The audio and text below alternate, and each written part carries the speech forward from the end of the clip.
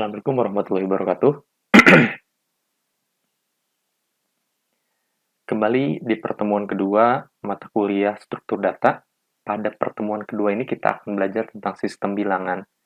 Cuman khusus untuk pertemuan dua ini, saya membagi materinya ke dalam dua bagian. Yang pertama ialah tentang sistem bilangan.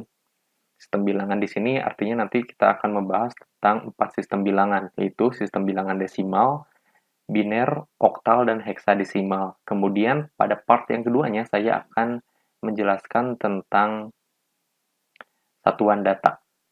Gitu. Jadi untuk video yang ini akan menjelaskan tentang satuan data. Kemudian untuk satuan bilangannya nanti akan dijelaskan pada video berbeda. Karena untuk satuan bilangan dari desimal, binari, oktal, dan juga heksadesimal nanti akan ada konversi bilangannya. Jadi saya itu buat videonya berbeda, terpisah dari yang ini, karena nanti akan ada hitung-hitungan bagaimana cara melakukan konversinya dari satu bilangan ke bilangan yang lainnya.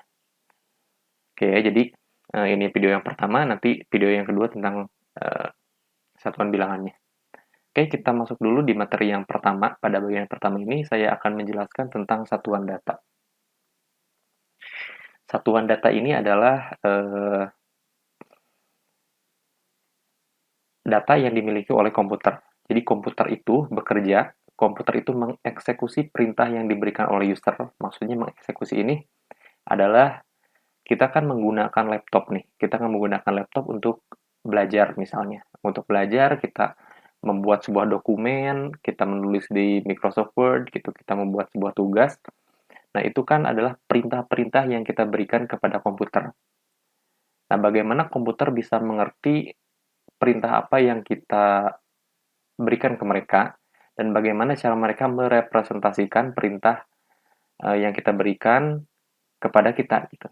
Bagaimana komputer itu bisa menerima perintah tersebut kemudian menyajikan lagi perintah yang kita tugaskan kepada komputer gitu. Nah, itu menggunakan satuan data yang dinamakan dengan biner. Biner ini digitnya cuma 2, yaitu berupa 0 dan 1 gitu. Jadi sebenarnya komputer ini tidak mengerti perintah yang kita bicarakan, perintah apa yang kita instruksikan. Komputer ini hanya mengerti bilangan biner saja, yaitu 0 dan 1. Jadi komputer itu cuma taunya 0, 1, 0, 1, 0, 1 gitu. Nah, 0 dan 1 ini disebut dengan bit atau binary digital. Bit ini adalah singkatan dari binary digital. Nah, bit ini merupakan satuan data terkecil dari dalam sistem komputer. Nah, bit-bit ini digunakan untuk menyusun karakter apa saja, sebuah karakter yang dinyatakan dengan 8 bit atau 16 bit. Gitu. Jadi kita memberikan sebuah instruksi, misalnya kita mengetik komputer gitu ya. Kita mengetikkan sebuah kata komputer. Nah, nanti perintah yang kita buat ini akan dikodekan oleh komputer sehingga nanti kode itu dapat dimengerti oleh komputer, kemudian komputer bisa menampilkan kata komputer ini. Gitu. Jadi dikonversi dulu ke bahasa komputer, dari bahasa komputer nanti barulah disajikan kepada kita dengan tulisan komputer. Seperti itu. Itu ya bagaimana kita berbicara atau berkomunikasi antara user atau pengguna komputer dengan komputernya. Jadi komputer tidak langsung mengerti, mereka menerjemahkan dulu bahasa kita ke dalam bahasa mereka, yaitu bahasa biner, bahasa bit, bahasa komputer. Nah, dalam satuan data ini ada beberapa lagi yang sering kita gunakan, gitu, yang sering digunakan, yang sering kita temui lah sehari-hari. Itu ada yang dinamakan dengan byte. Byte ini adalah level kedua setelah bit lah gitu, untuk kapasitasnya. Nah, karena dalam satu byte ini terdapat sekitar 8 bit. Jadi kalau byte ini adalah satuan terkecil dari sistem komputer ya, sistem penyimpanan komputer. Nah, kalau byte ini adalah di atasnya dari bit. Jadi satu byte adalah 8 bit. Nah, biasanya byte ini digunakan untuk menyatakan atau menyimpan sebuah karakter gitu ya. Baik itu ASCII ataupun EBCDIC. Kemudian di atasnya byte lagi ada yang dinamakan dengan kilobyte.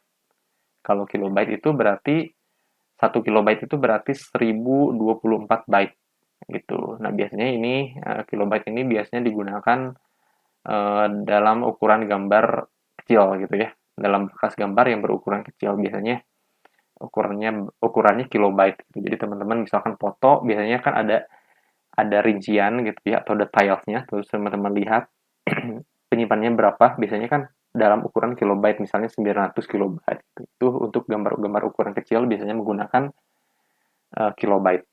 Lalu yang ketiga adalah megabyte. Megabyte ini biasanya digunakan untuk menyatakan kapasitas RAM. Nah, 1 byte 1 megabyte adalah 1024 kilobyte atau 1 juta lebih byte gitu ya. Biasanya kan RAM gitu kan, kalau ditanya mau beli RAM, RAM-nya berapa mega gitu. Kalau dulu ya, kalau sekarang mungkin sudah gigaan. Bukan mungkin, kalau sekarang RAM-nya itu sudah gigaan gitu. Kalau dulu memang masih mega, sekarang sudah giga. Kemudian ada yang keempat yang namanya dengan gigabyte atau GB. Ini biasanya digunakan untuk menyatakan kapasitas hard disk. Itu 1 giga adalah 1000 MB, 1000 MB adalah 1 miliar byte, 1 miliar byte gitu ya. Kemudian yang kelima adalah terabyte. 1 terabyte adalah 1000 gigabyte. Yang terakhir adalah yang keenam petabyte atau 1 petabyte adalah 1000 terabyte. Itu adalah satuan data dalam bentuk byte gitu ya, dari mulai bit, kemudian byte, kilobyte, megabyte, gigabyte, terabyte, dan juga petabyte. Gitu. Nah, kemudian ada lagi yang dinamakan dengan sistem pengkodean. Sistem pengkodean ini adalah tadi sudah saya jelaskan di awal bahwa kita untuk berinteraksi dengan komputer menggunakan sebuah translator. Kalau menurut bahasa saya itu dinamakan dengan translator karena komputer tidak mengerti bahasa kita gitu ya, bahasa manusia, dan mereka harus menerjemahkan dulu bahasa manusia ke dalam bahasa komputer.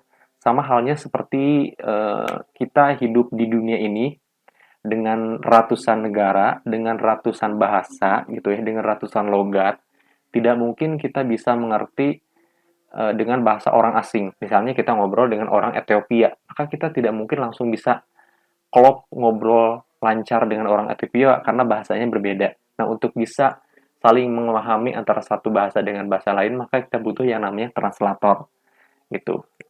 Analoginya seperti itu. Nah, begitu juga komputer dengan kita. Komputer untuk bisa mengerti bahasa kita, maka bahasa kita akan dilakukan pengkodean untuk bisa dipahami oleh komputer. Kemudian komputer juga saat ngomong ke kita akan dilakukan lagi pengkodean sehingga apa yang komputer representasikan ke kita bisa dimengerti oleh kita.